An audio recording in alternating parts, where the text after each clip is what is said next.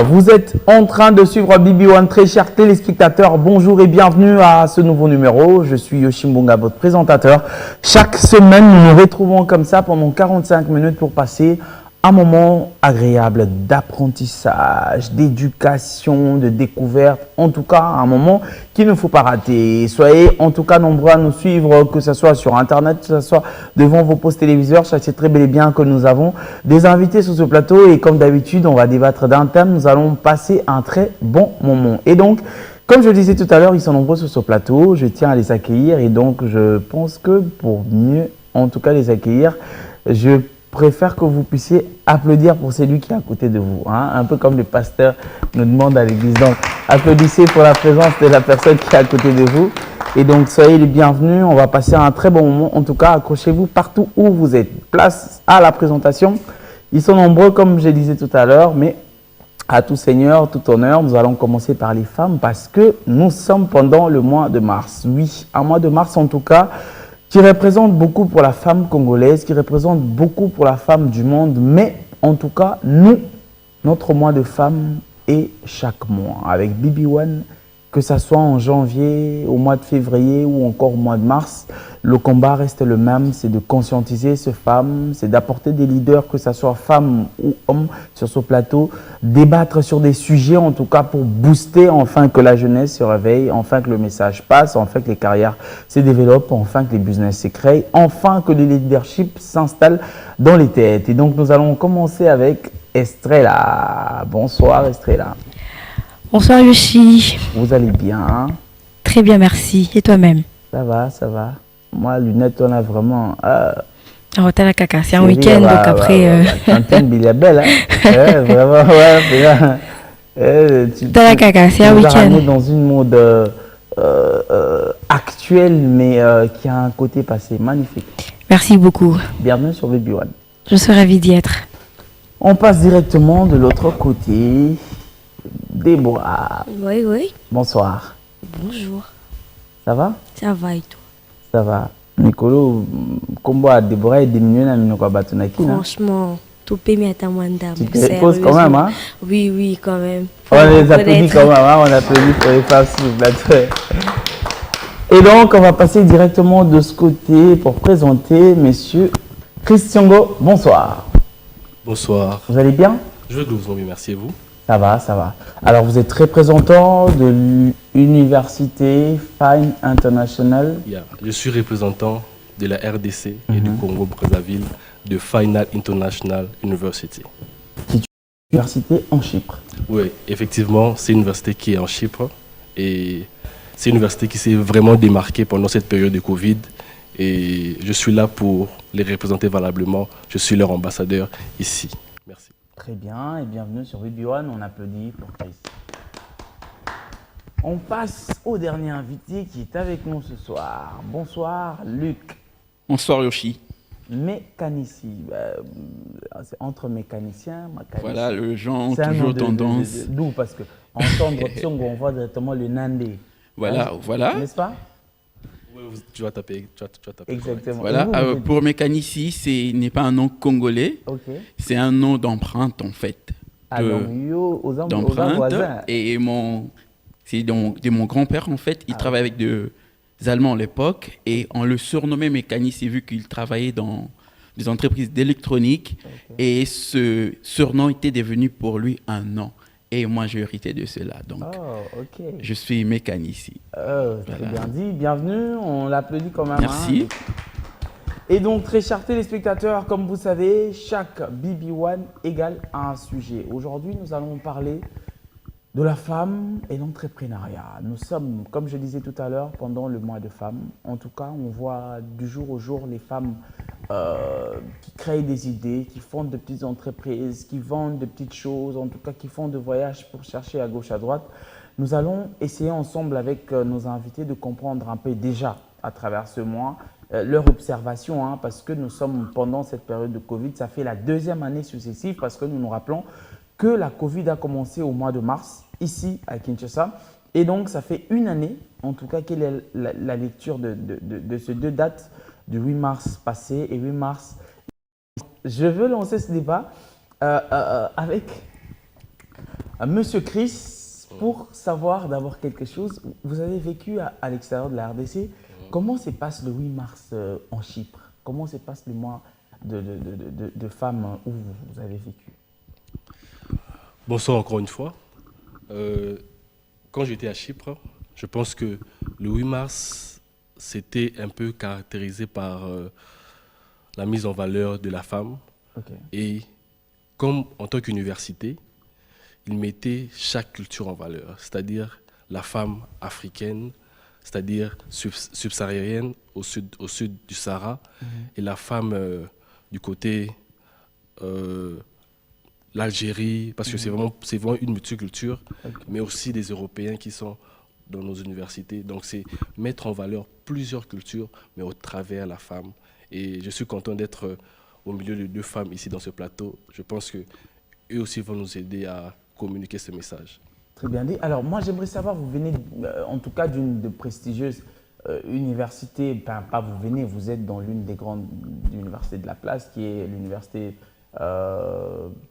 protestante du Congo, en sigle UPC.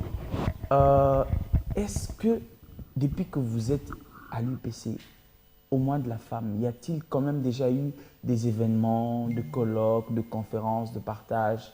Est-ce qu'il y a quand même quelque chose qui bouge au mois de la femme, ou bien c'est un mois inaperçu au niveau de l'université? On va commencer par vous. Déjà, par rapport à ma fac, UPC a toujours pris cette journée en considération. Déjà, ça ne passe pas inaperçu.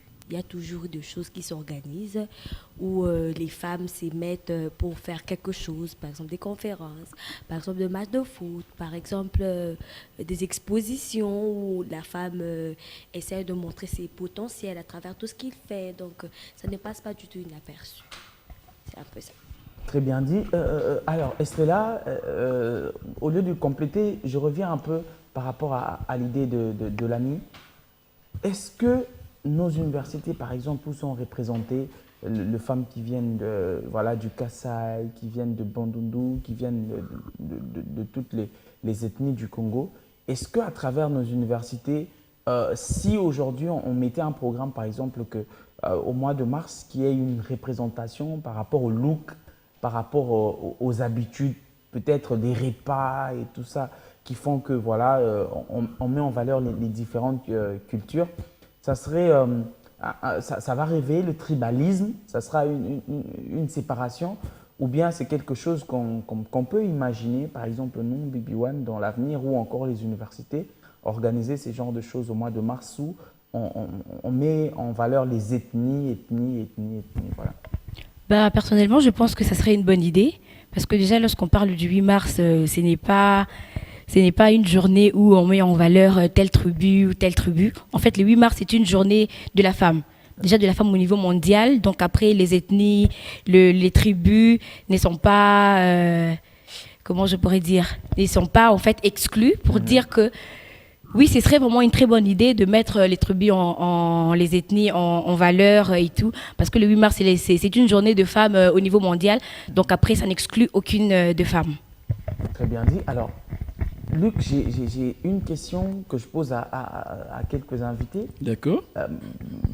Heureusement ou peut-être malheureusement qu'elle soit tombée sur vous, pas sur Chris. J'aimerais savoir, Voilà. qui représente la femme pour vous? Voilà. Merci beaucoup pour cette question. C'est vraiment pertinent, la question. Pour moi, la femme, c'est la mère de l'humanité, en fait. C'est une porteuse de l'humanité. Actuellement, ici, à Kinshasa, lorsqu'on parle de la Journée internationale des droits de la femme, certaines personnes tournent cette journée en dérision, en fait. On pense que c'est une journée où l'on va le boire, se promener, mettre en panne. Non, ce n'est pas une journée internationale des pannes, non. C'est juste une journée internationale des droits de la femme. Pour moi, j'ai toujours dit que la femme, c'est vraiment une porteuse de l'humanité. Il y a un chanteur rwandais, si je peux dire, Corneille, qui a chanté « Le bon Dieu est une femme ». Et pourquoi il avait chanté comme cela? Parce qu'il a reconnu dans femme des caractères, des capacités, atouts, ouais. le cœur de porter l'humanité. Et on est deux hommes, on sait que non.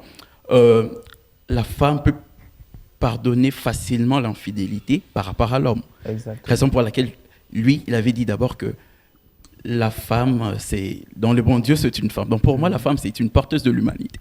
Voilà. C'est bien dit. Alors, je reviens un peu chez vous pour entrer vraiment un peu plus dans le sujet en disant entrepreneuriat. Aujourd'hui, les femmes se battent à gauche, à droite, elles essaient de créer des activités, de créer des marques de vêtements, etc. Entre l'effet de vivre en RDC et de vivre en Chypre, vous observez comment la mondialisation se passe, parce que ce courant, en tout cas, il n'est pas qu'en RDC, il est partout dans le monde. Qu'est-ce que ça en tout cas, comment vous placez les efforts que fournissent les femmes aujourd'hui pour devenir leader? Il y a en tout cas beaucoup plus de femmes qui se disent, moi, je veux aller dans mon foyer avec mon business, que celles qui disent, ben, il va me trouver comme ça, moi, je ne fais rien, quand il viendra, il va me trouver comme ça. Bon, je sais que Déborah, elle attend en croisant les bras. Alors, un truc en disant? On applaudit quand même pour Déborah. Ouais, moi, je pense que, disons, du foyer, je donne toujours conseil à mes sœurs. J'ai dit, lorsque tu n'as pas encore emprunté ton couloir, lorsque tu n'as pas encore une vision, il ne faudrait pas entamer une relation, par exemple.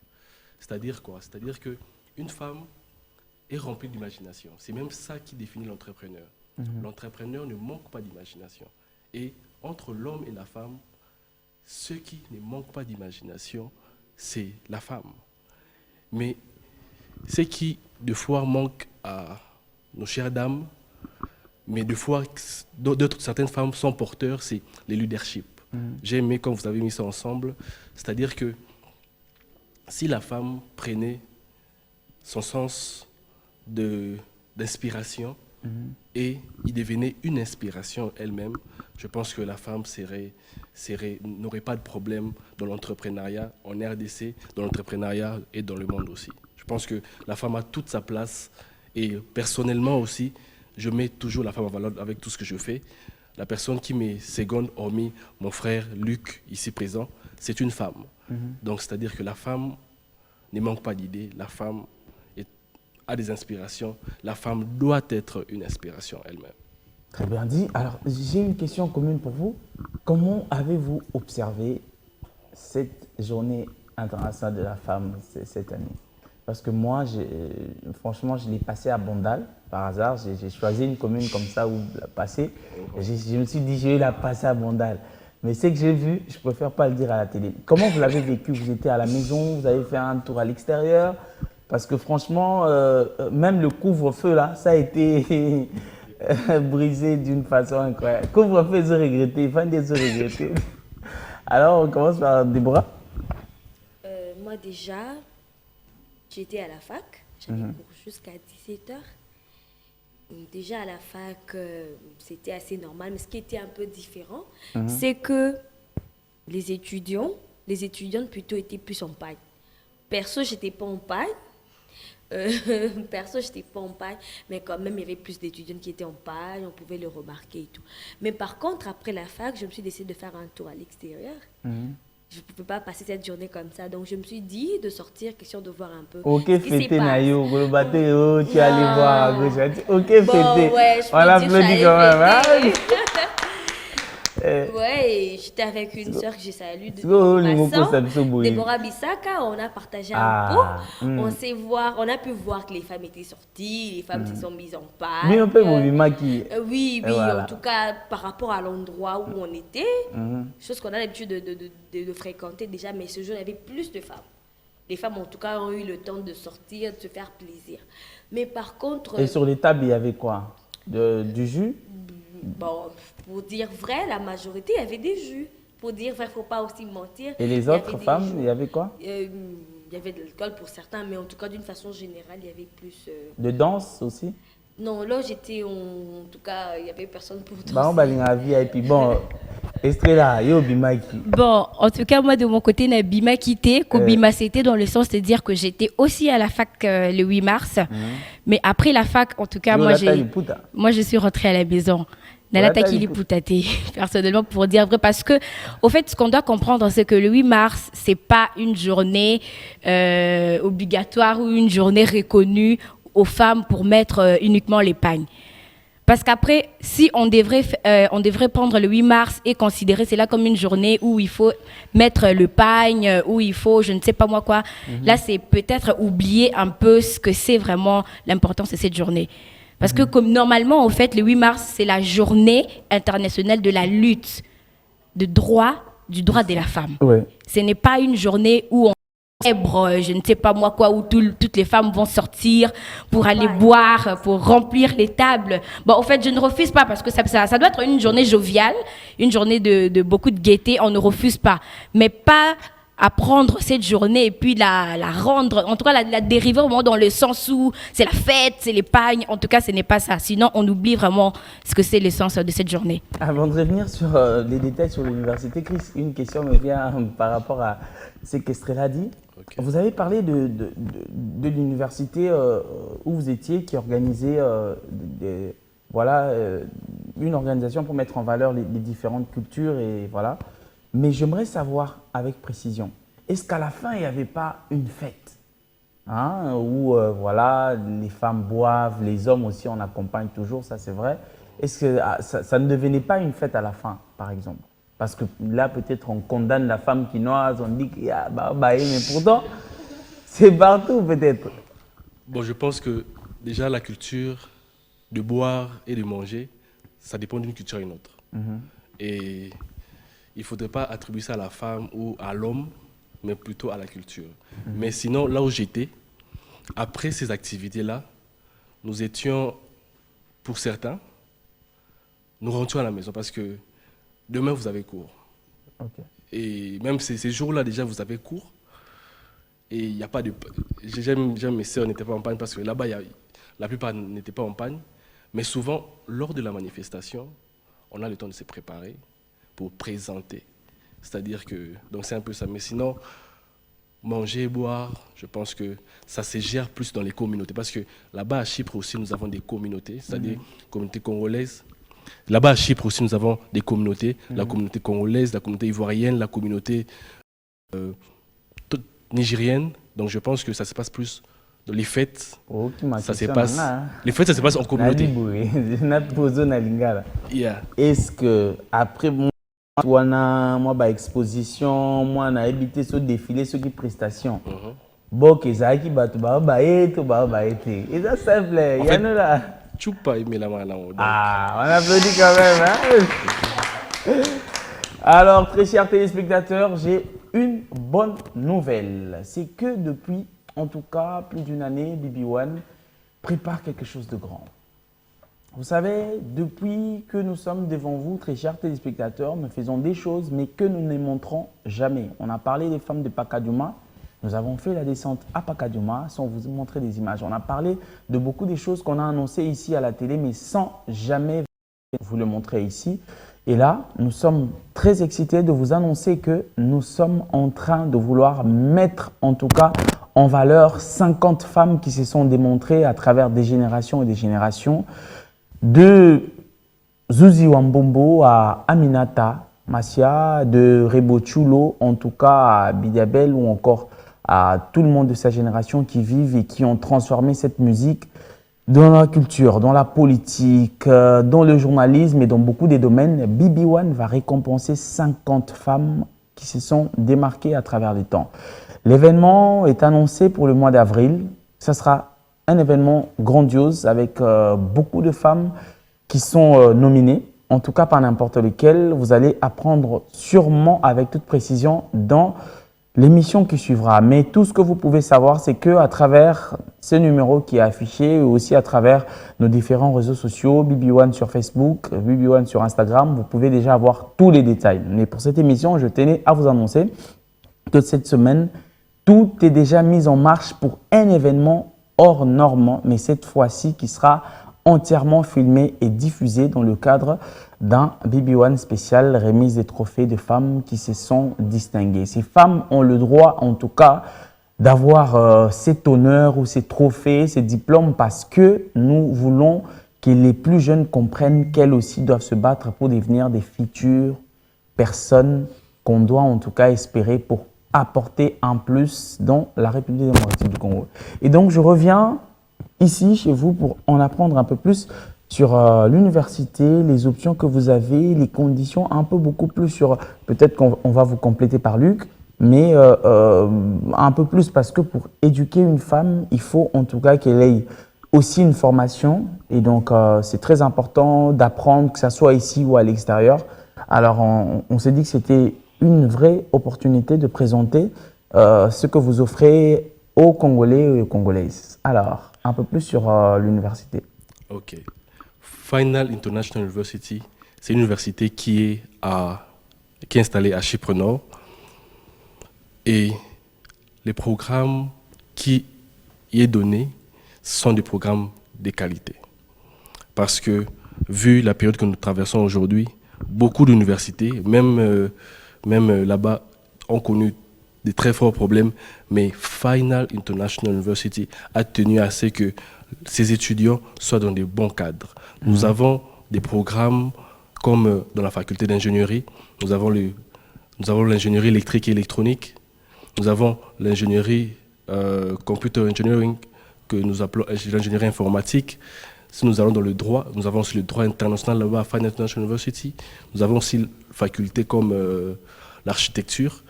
Et je vous invite à nous rejoindre dans l'architecture parce que nous avons plus de gens dans les business, mais vous aussi qui nous suivez, qui voulez poursuivre vos études en architecture. Nous avons l'architecture intérieure, nous avons aussi l'architecture simple. Et je voudrais souligner que le cours là-bas se passe en anglais. Et moi qui vous parle, j'ai passé 4 bonnes années là-bas et je peux vous assurer que la formation est de qualité. Vous serez formé non pas seulement l'homme extérieur, mais aussi l'homme intérieur. Et aussi, la différence avec Final International University, l'ambiance, elle est familiale. Moi, avec nous dans le bureau, c'est aussi une dame qui me chapeaute. Cette dame-là, elle est comme une mère pour moi. C'est pourquoi moi, je ne peux pas dédaigner la femme parce que cette dame-là, si ce n'était pas elle, je peux vous assurer que Final ne serait pas telle qu'elle est. Parce que la femme, elle a un peu de rigueur. Et grâce à ses rigueurs, nous, représentants de l'université, nous n'enregistrons pas n'importe quel étudiant. Et nous, la particularité, c'est que nous vous enregistrons à Final pour étudier. Très bien dit. Alors moi, j'ai une question.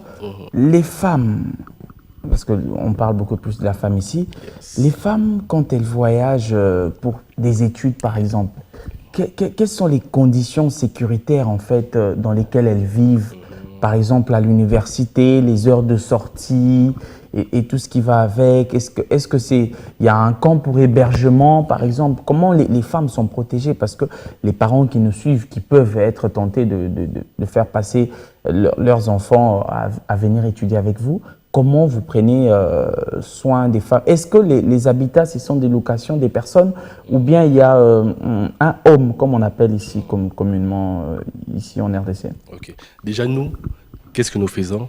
Lorsque nous enregistrons les étudiants, nous les connectons au home, c'est-à-dire au dortoir de l'université, qui sont des dortoirs dans des bonnes conditions et dont le coût est aussi abordable.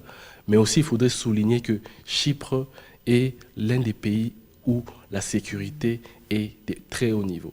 C'est-à-dire que nous avons eu du temps en été ou n'importe quel moment, à toute heure de la journée, il y a des restaurants ou bien il y a des restaurants qui ne ferment pas. Il y a des magasins qui ne ferment pas. Non, parce que Banzala Butu, ils ont la capé. Donc c'est un peu ça. C'est-à-dire que la sécurité pour la femme, la sécurité pour nos étudiants, c'est notre première priorité. C'est-à-dire que lorsque vous allez à Chypre, rassurez-vous, même notre structure que nous avons mis en place, c'est pour que vous vous sentez à la maison. Avec International University, vous vous sentirez à la maison, mais juste à quelques kilomètres de votre adresse locale. Très bien dit. Combien de temps ça prend, par exemple, pour un master, pour apprendre quelque chose de précis? Combien des années ça prend? Ok. Je veux commencer par le master, selon votre question. Le master, ça prend 2 ans. Ok. Donc, si tu finis une université à Kinshasa, tu veux faire un master là-bas, ça prend 2 ans. Oui, oui. Okay. Mais il faudrait avoir des documents requis. C'est-à-dire, pour s'enregistrer, je veux commencer par le bachelor, c'est-à-dire la licence. Il faudrait des documents suivants. C'est-à-dire, il faudrait avoir vos bulletins 5e, 6e, plus attestation de réussite ou bien diplôme d'État. Ça, c'est pour les bachelors. Et puis, être muni d'un passeport en cours de validité. Okay. Et pour les gens des masters, ajouter ces documents-là, il faudrait se munir de vos relevés de cotes, c'est-à-dire de la G1 à la L2, je pense, de la L2. Et muni de tous ces documents-là, nous, quand vous venez vers nous, nous allons traduire ces documents en anglais et nous allons l'introduire à l'université. Vous êtes toujours en train de suivre cette émission BB1. J'espère que le thème, en tout cas, vous convient et que vous passez des moments d'apprentissage. Vous apprenez un peu plus sur l'éducation et surtout beaucoup plus sur ce mois de la femme. Il y a une des invitées qui nous rejoint sur ce plateau, elle s'appelle Christelle Chibuka. Et donc, on va l'accueillir sur vos acclamations, s'il vous plaît. Bonsoir. Bonsoir. Ça va? Ça va bien. Bonsoir Christelle. Bonsoir Yoshi. Ça va? Ça va bien. Stylé. Comme tu vois. En Versace? Non. C'est du Vinci? Tout ce que tu veux. Oh, on l'applaudit quand même, hein? En tout cas, donc Chibuka, on comprend déjà que tu es Moulouba. Ouais, mais pas dit. Bon, d'accord. On revient un peu de ce côté. Alors, l'entrepreneuriat féminin. Nous sommes dans un mois important. Est-ce que vous pensez que les différentes réunions qui se passent, que ce soit à l'UPC, les différentes conférences qui se passent ici en RDC, est-ce que ça apporte vraiment un plus dans la femme congolaise, ou bien parfois ce sont de rencontres en tout cas voilà, qui n'élèvent pas beaucoup le niveau de la femme et qui ne la poussent pas?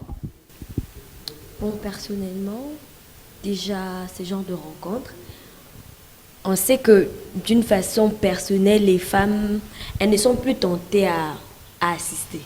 Mais au moins, je pense que ceux qui assistent retiennent quelque chose et ils le mettent en pratique. C'est un peu ça. Donc, pour pouvoir être élevé dans certains trucs, il faut savoir aussi comment commencer dès le début, c'est-à-dire assister à ce genre de réunions, ce genre de rencontres. C'est à travers ça qu'on peut avoir une inspiration qui peut nous pousser à faire quelque chose. Certes, ça vient d'une façon aussi différente, ça dit peut-être avec l'encouragement des autres, des amis, qui peuvent faire à ce que l'on puisse être motivé quelque chose, à ressortir un potentiel qui est en nous. Donc, c'est un peu ça. Très bien dit. Estrella, j'ai une question, c'est que on se rend compte qu'il y a plus des femmes, en tout cas, à la cité, la vraie cité de Kinshasa, on la connaît, vous et moi, qui ne sont peut-être pas actives dans l'éducation, qui ne sont pas actives dans tout ce qui est professionnel ou encore dans des business qui prospèrent. Certaines vendent de l'eau pure, d'autres sont au marché avec des petits business, certaines font des petits trucs à gauche, à droite. Mais c'est ça le nombre les plus important de femmes.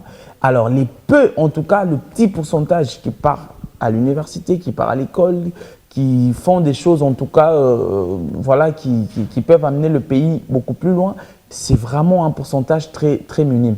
Est-ce qu'on peut compter sur ce pourcentage minime à faire bouger les choses du côté des femmes, surtout sachant que sur Terre, il y a plus de femmes que d'hommes? D'accord, merci pour la question.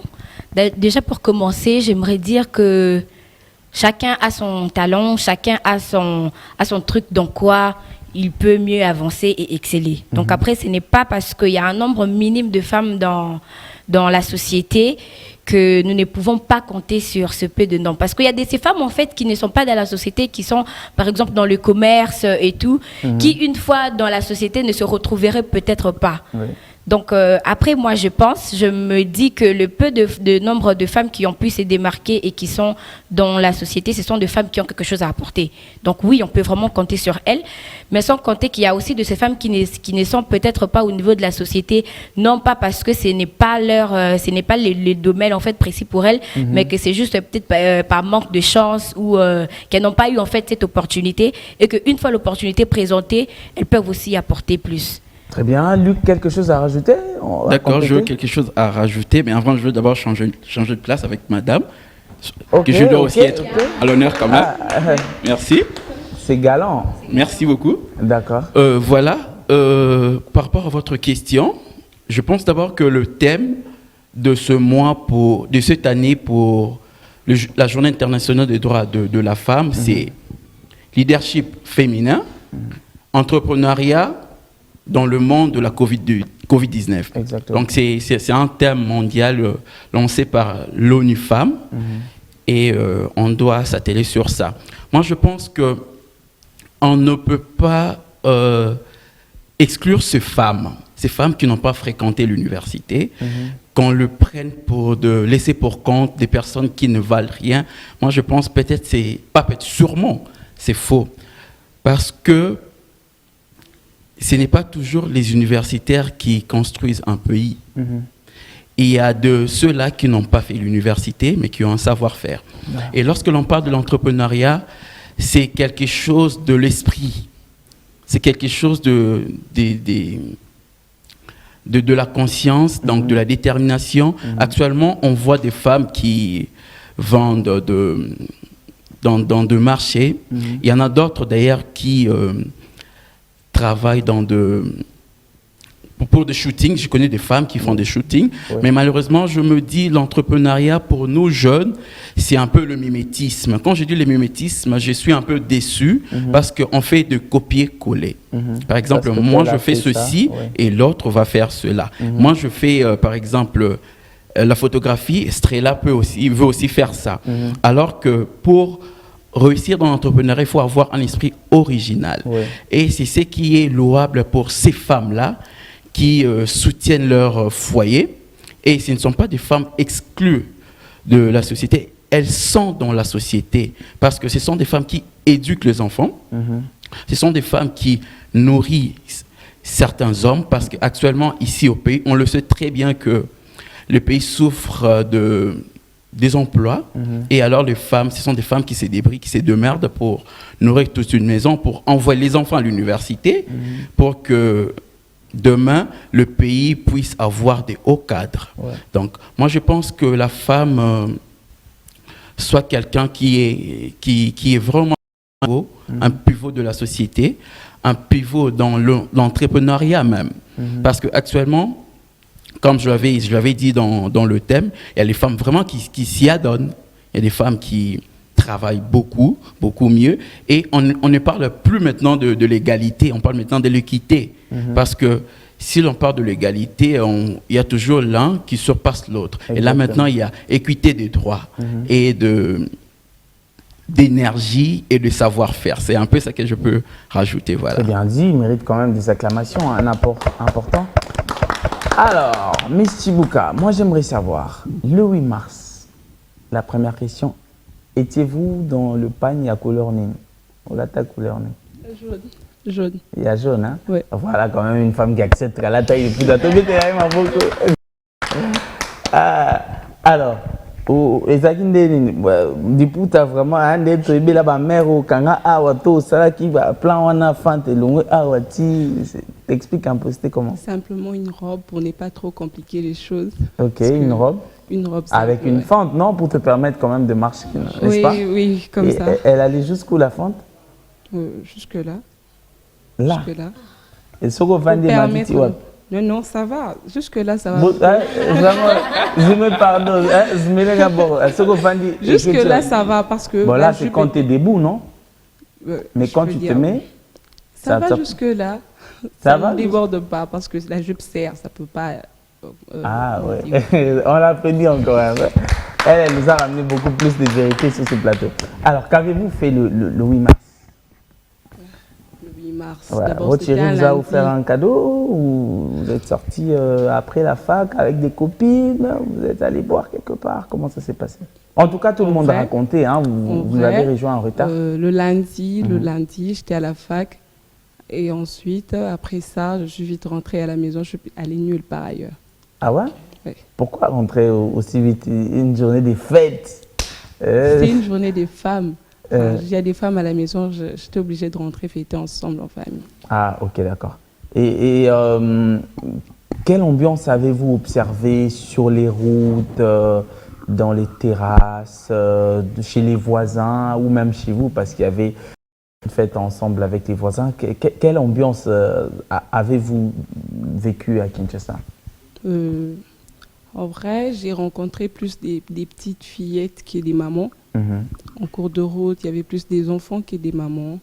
Et les gens ne fêtent plus trop ici. Hein. Peut-être dû à la Covid, peut-être? Peut-être, j'espère bien. Mais parce que ces derniers temps, je trouve bien que quand je marche, c'était le 8 déjà, quand je marchais partout en cours de route, j'ai vu plus des enfants vêtus, ils marchent et puis rentrent. On ne fait plus comme à l'époque. Donc, beaucoup de choses ont changé. Ce qu'elle dit, ça a beaucoup de profondeur. J'aimerais savoir,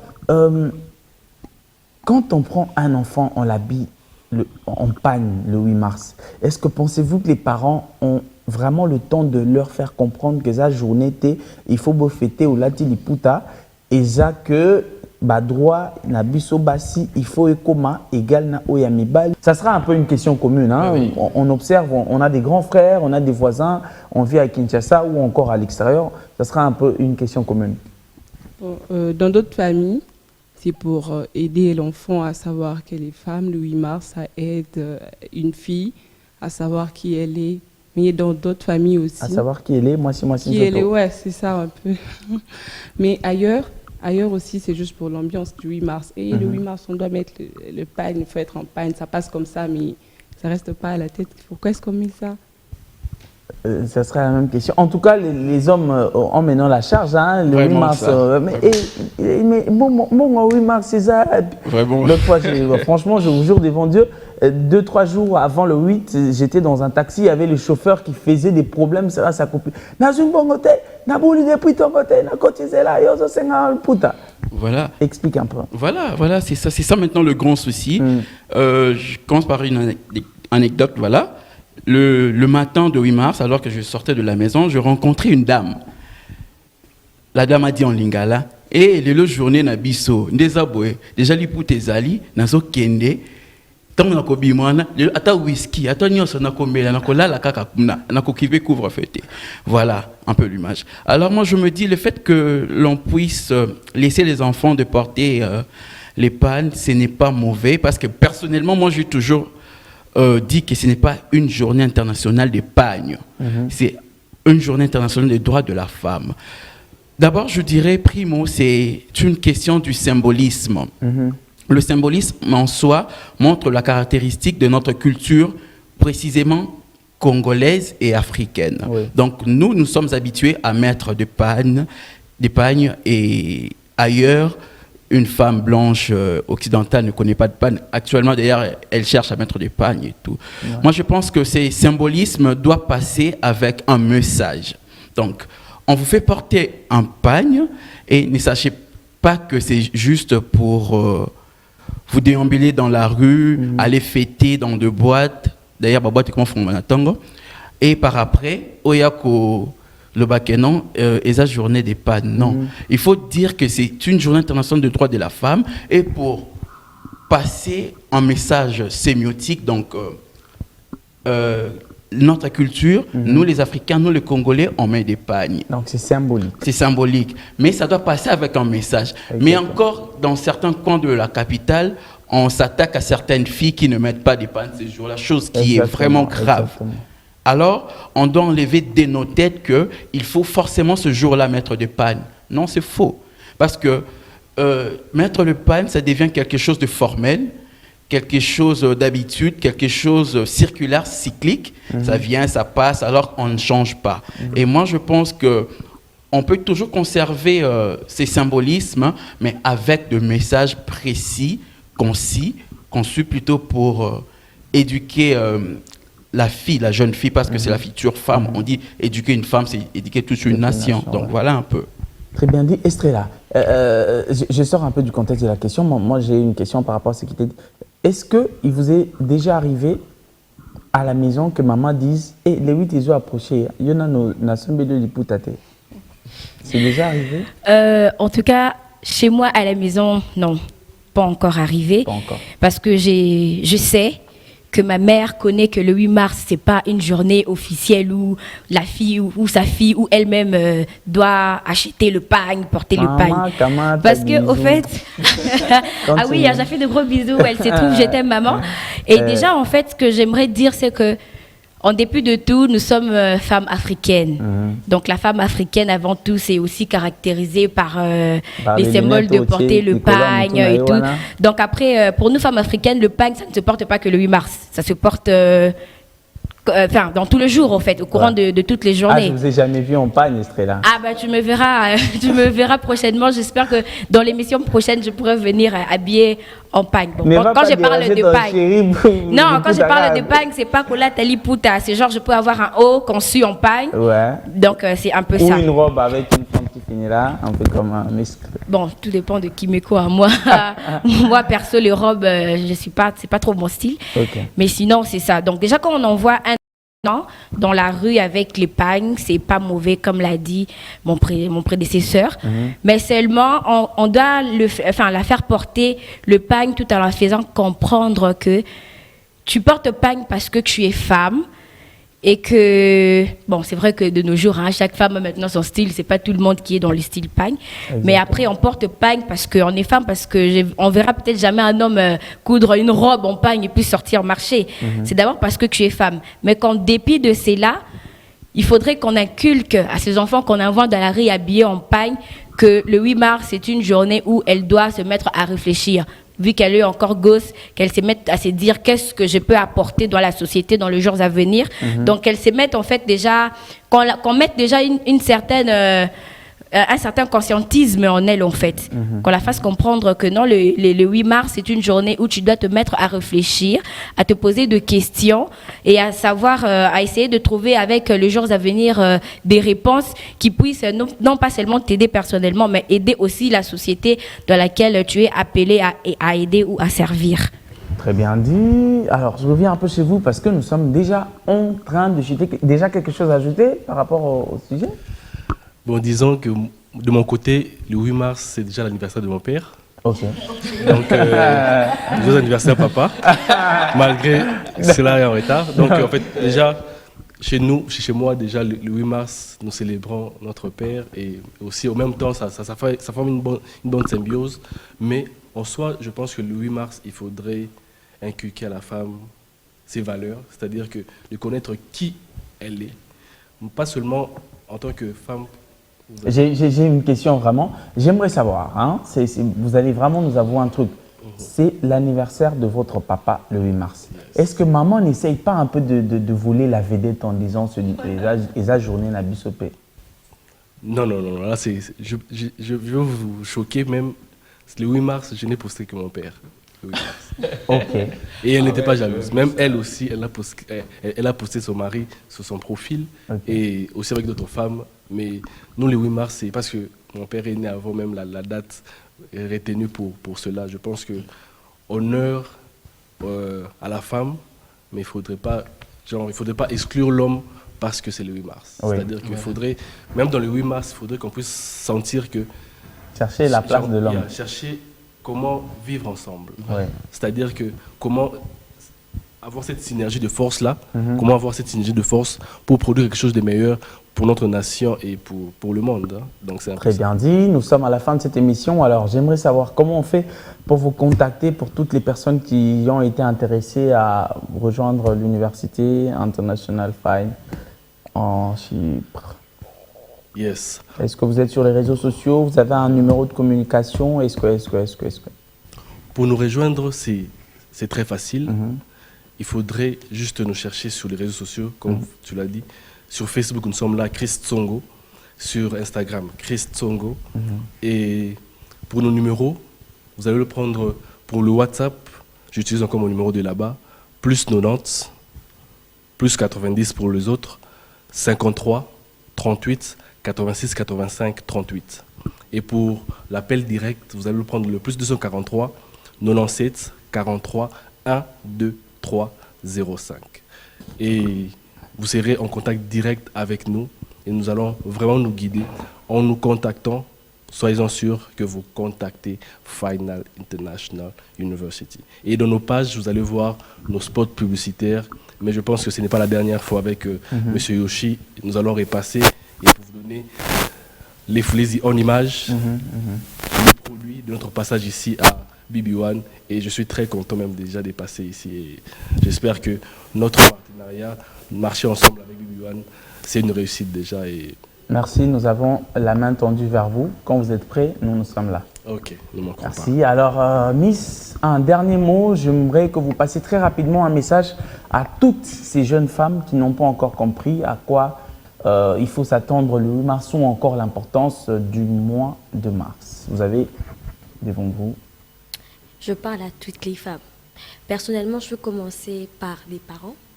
Pourquoi? Parce que ce sont les parents qui vont inculquer aux enfants, aux filles qui vont devenir femmes, à comment se tenir, à comment prendre la journée.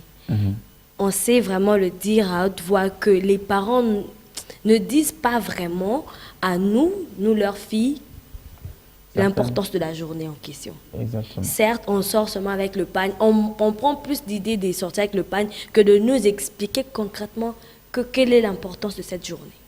Moi, je pense qu'en dépit de tout, au lieu de faire porter aux enfants des pagnes, moi, je préférerais plutôt à ce que les parents fassent asseoir leurs enfants, leur expliquer, leur mettre à la page, de façon que chaque femme, à son tour, puisse pouvoir ressortir quelque chose de bon en elle, afin que la bataille que la femme est en train de mener puisse être positive et que le feu puisse se faire voir plutôt.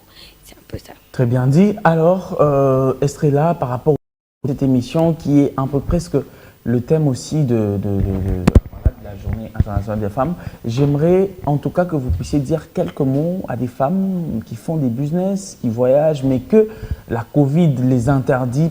Est-ce que, en tant qu'humaniste, avez-vous quelques mots d'espoir à donner à quelques femmes qui nous suivent? Vous avez cette caméra. Alors, à ces quelques femmes qui nous suivent, ces femmes qui sont basées dans le domaine de l'entrepreneuriat, je sais que les temps sont peut-être durs vu que nous sommes en train de faire face à cette pandémie qui a rogné en fait le côté économique.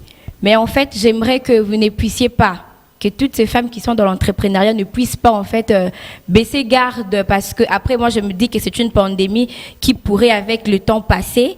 Donc déjà commencez par respecter le geste barrière, peu importe où vous vous trouvez, mais de ne pas baisser les bras. Si vous dites que le business que vous faites, c'est un business en fait pour vous élever, ou c'est un business qui vous rapporte plus, moi je vous encouragerais en fait de toujours vous y mettre en respectant les gestes barrières et tout ce que l'on vous demande de faire. Mais après, de ne pas oublier l'objectif ou ce pourquoi vous êtes en train d'entreprendre. Voilà, l'éducation, c'est quelque chose d'important et il faut savoir où aller pour avoir cette éducation. Alors, pour nous, comme Christian vient de le dire, donc l'université fonctionne, peu importe la pandémie de la Covid-19. Il y a même des informations qu'on passe en ligne, parce qu'actuellement, c'est ça ce qu'on appelle le nouveau média. Donc, on traite plus de dossiers sur Internet, en ligne, et il y a de la sûreté, il y a de l'assurance même. Donc, il ne faut pas que des personnes qui veulent commencer l'université chez nous en Chypre ou ailleurs puissent aller taper à une autre porte. Donc, la porte officielle, c'est le contact qu'on vient de vous livrer ici à la télé. Et j'espère que ces personnes ne seront pas déçues pour ça. Voilà. Très bien dit. Alors, madame, nous avons passé de très bons moments malgré que vous êtes arrivée en retard. Moi, j'aimerais vous poser une dernière petite question pour finir. Comment pensez-vous passer le 8 mars l'année prochaine? Avez-vous déjà pensé au modèle de pagne ou de quel côté sera la fente? Oui, Oui. exactement. Cette année, c'était jaune. L'année prochaine, ça au sera moins rouge. rouge. Hein. C'est sur le rouge qu'on va tous lever nos mains comme d'habitude, en tout cas, et dire bye bye. Bye bye. On s'acclame quand même, non?